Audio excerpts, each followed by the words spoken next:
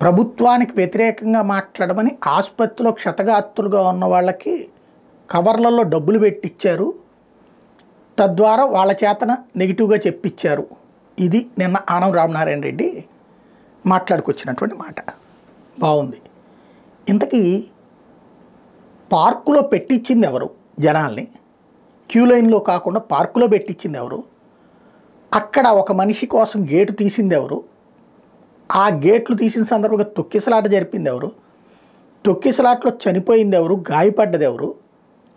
వాళ్ళందరికీ గాయపడితే అబ్బా అసలు అద్భుతం అండి, మేము చాలా మసాజ్ లాగా గాయాలు చేయించుకున్నాం, అందరూ తొక్కడం వల్ల మాకు సంతోషంగా ఉంది, మమ్మల్ని తొక్కడం చాలా హ్యాపీగా ఉంది, ఈ ప్రభుత్వం అద్భుతంగా మాకు తొక్కిచ్చింది మమ్మల్ని అని చెప్పుకుంటారు. వాళ్ళంతా కామన్ సెన్స్. వాళ్ళకి డబ్బులు ఇచ్చి చెప్పించాలా? హాస్పిటల్లో ఉన్నటువంటి వాళ్ళకి డబ్బులు ఇచ్చి మీరు ప్రభుత్వానికి వ్యతిరేకంగా చెప్పండి అని చెప్పాలా? తొక్కిసలాట్లో నలిగిపోయినటువంటి వాళ్ళకి మీకు డబ్బులు ఇస్తాము, మీరు ప్రభుత్వానికి వ్యతిరేకంగా చెప్పండి అని చెప్పాలా?